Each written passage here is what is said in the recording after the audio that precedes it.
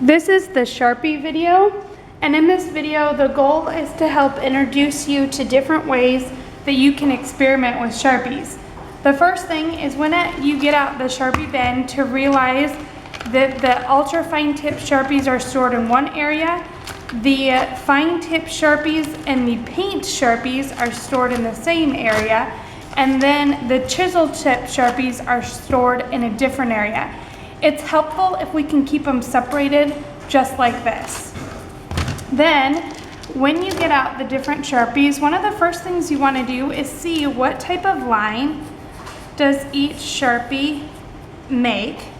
How well does it fill in or not fill in? Does it matter the speed at which you go with the Sharpie? And then you want to repeat that experiment with the different types. Can you control the pressure that is put on the Sharpie and then have that result in a different type of line?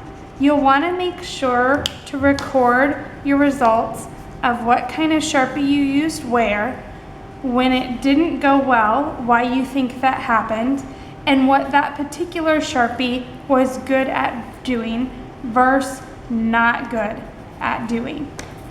Once you've experimented with all the different types and you've seen how many different types of lines you could create,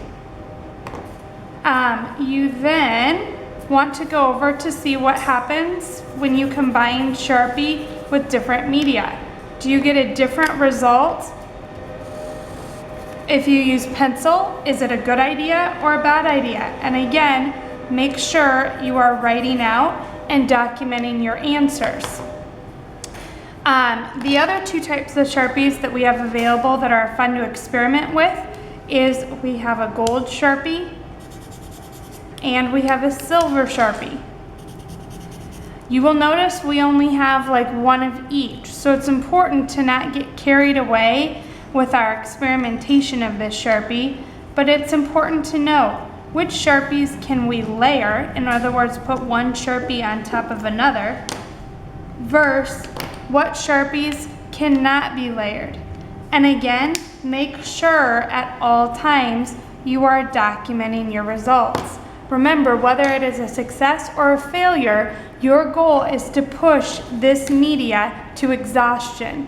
If you have a paper that looks like mine right now, and assuming you have all of these arrows with actual writing, I would say this hasn't yet found the exhaustion point of a Sharpie.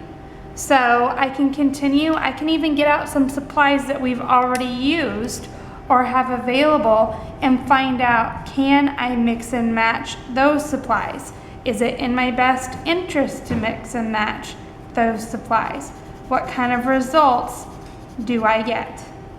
Making sure that you've documented everything. Once you feel like you have a complete and accurate list of what Sharpies can and can't do, you are ready to move on to the next experimentation.